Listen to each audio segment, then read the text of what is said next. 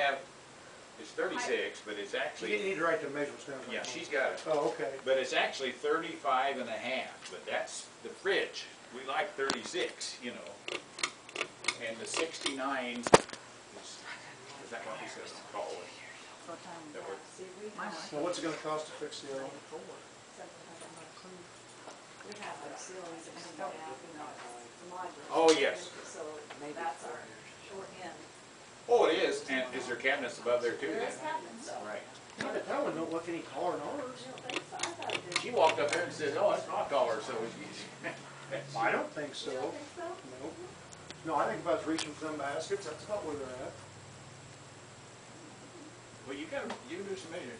This one's got a blemish on it. It's got a $50 blemish if you can find it. We like those. Okay. You see it right here. I did, yeah. It's something. The paint. Rex will have ours scratched on the side of it anyway. Somewhere. You can take your white paintbrush and go. Somebody will have a baseball on the side of it or something. We should have called you in earlier when it was raining, shouldn't we?